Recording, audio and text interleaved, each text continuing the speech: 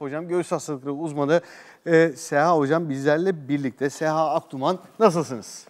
İyiyim hocam, teşekkür ederim. Siz? Sağ ol, teşekkür ederim. Böyle eğlenceli bir şekilde anlatmaya çalıştık ama gerçek anlamda öksürüğün nedenleri neler? Sadece bir toz kaçması değil herhalde. Birçok hastalığın sonucunda da görebiliyoruz. Evet, sizin de söylediğiniz gibi aslında öksürük akciğerleri korumak için bir refleksimiz. Ama bununla birlikte dış kulak yolundan, geniz akıntısından, reflüden ya da herhangi bir yabancı cisimle birlikte öksürüğe sebep olabilir. Temel mekanizma öksürük reflekslerinin kalktığı alanların bir şekilde uyarılmasıdır. Ama yine de bütün bu uyarılmanın en temel sonucu ve amacı aslında akciğeri korumaktır. Evet. Peki şimdi mesela nedenler listesine baktığımız zaman iritanlar bu akciğer ve işte rahatsızlık veren, hava yolunu etkileyen şeyler. Ama onun dışında üst alt solunum yolu, üst solunum yolu enfeksiyonları, reflü, kalp yetmezliği ve emboli gibi durumlarda da görebildiğimizi görüyoruz. Evet. Bunlarda, bu hastalıklarda gördüğümüz öksürüğün tipleri farklı mı?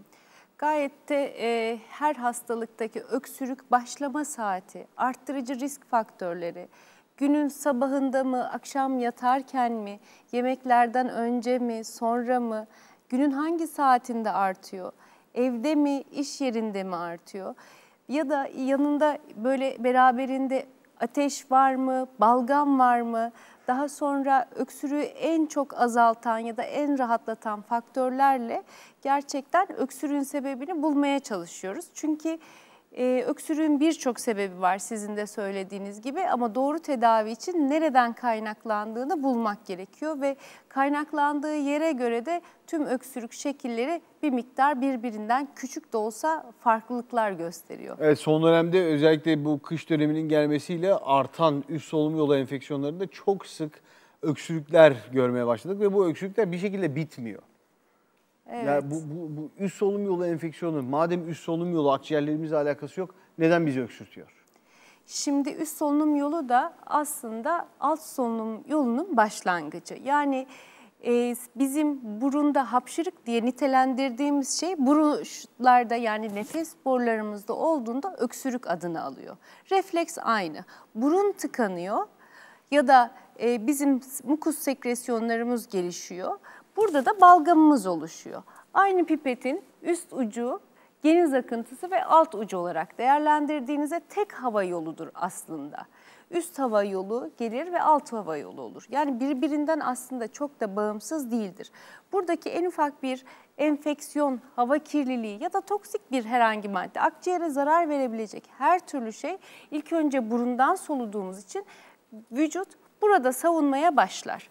Üst solunum yolu enfeksiyonları da o zaman geniz akıntısı birazcık da böyle hava yolunu doldurmaya başlıyor. Biz de onu mu boşaltmaya çalışıyoruz? Evet, ilk önce vücut alarma geçiyor. Sen akciğer enfeksiyonu riskin var. Üst solunum yolun birazcık bakterilerle karşılaştı ve önlemini al. Tabii orada çıkan savaşta bir miktar yangı dediğimiz, inflamasyon dediğimiz bir durum oluşuyor. Burada da işte ödem ve bizim mukozalarımızın drenajı bozuluyor ve bu ödemin sonrasında da gelişen bu mukoza iritasyonuna bağlı inatçı öksürükler. Bu öksürüklerin gerçekten uzamaması için, doğru tedavisi için yine söylediğim gibi bu küçük farkları aslında çok göz önünde bulundurmak lazım. Yani bizim balgamımız ne zaman başladı, ne zaman arttı, süre çok önemli. Öksürük üst solunum yolu enfeksiyonlarından sonra 2 hafta boyunca biz normal kabul ediyoruz. 2 hafta boyunca hatta 3 hafta boyunca giderek azalmasını bekliyoruz. Ama aynı şiddetle devam ediyorsa, artıyorsa, yanında balgam başladıysa işte bunlar bizim için akciğerlerde artık enfeksiyon oluşmaya başladığını gösteren bulgulardan. Son dönem tabii ki üst solunum yolu enfeksiyonları biraz daha fazla uzamış öksürükle geliyor hastalarımız. Birkaç sebebi var. Bir tanesi çok yoğun sigara kullanımı, ikincisi biraz hava kirliliği ve üçüncüsü 3 yıldır maskeyle beraber uzak kaldığımız ve unuttuğumuz virüsler. Ve unuttuğumuz virüsler daha eskiden sadece bir burun akıntısıyla geçme eğilimindeyken şimdi artık unutan bünyelerde biraz daha fazla reaksiyona ve uzamış öksürüğe sebep oluyor. Evet. Şimdi bir de böyle kısa kısa mesela öksüren ama sık bu öksürük ataklarını yaşayan işte birçok kişiyle karşılaşıyorum. Ya işte bununla ilgili ne yaptın? Doktora gittim mi? Gittim. Ne varmış? Ya işte muayene ettiler. Reflüm varmış diyor. Ya reflü yani mide problemi. Yok işte o reflü diyor benim diyor hava yolumu etkiliyormuş diyor. Ondan diyor öksürüyoruz diyor. Bu da mı mümkün? Mümkün, çünkü yemek borumuzda eğer midemizden yemek borusuna bir asit kaçtığında yine hava yolunu korumak için orada öksürüğü tetikleyen sinir uçları var. İlla ağzımızda bazen hastalarımızla konuştuğumuzda "Yo, ben hissetmiyorum bir şey" diyor. Ama sonra kulak burun boğaz muayenesinde örneğin çok tipik reflü bulguları görülebiliyor. Böyle durumlarda ister olsun olmasın bu yine akciğeri korumak için mideden nefes borusuna ya da yemek borusuna kaçan gıdanın akciğeri korumak için, aspire etmemek için öksürük refleksini uyarmasıyla ilişkili. Aslında erişkinlerde en sık ikinci sebeptir reflü. En sık sebep geniz akıntısı, ikinci sebep de reflüdür. Ve bir de şöyle bir sıkıntı var. Öksüren hastada reflü bir kısır döngüye başlıyor. Yine sizin de söylediğiniz gibi karın içi basıncının çok yükselmesi, o öksürük sırasında ister istemez hastanın midesinden yemek borusuna asit kaçışını tetikliyor. Öksürükte biraz kısır döngü de oluşuyor.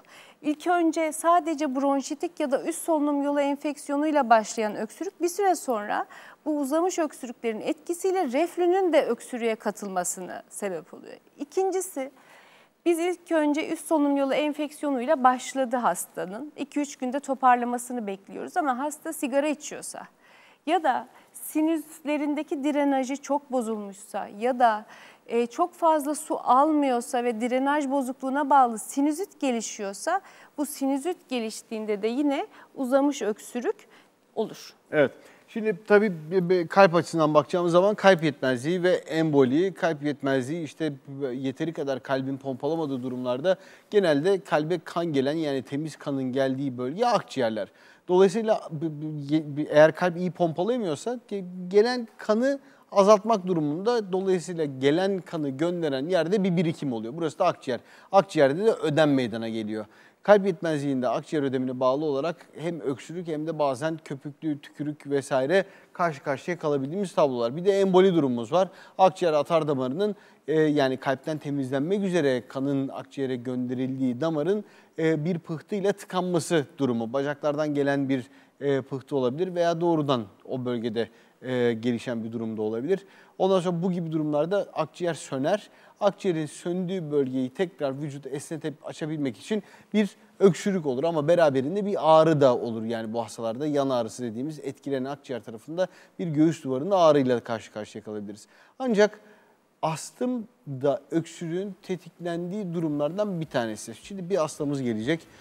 Astımla ilgili şikayetin olduğunu ifade ediyor. Önce kendisini tanıyalım, sonrasında stüdyomuzda hem onu dinleyeceğiz hem astımı dinleyeceğiz hocam.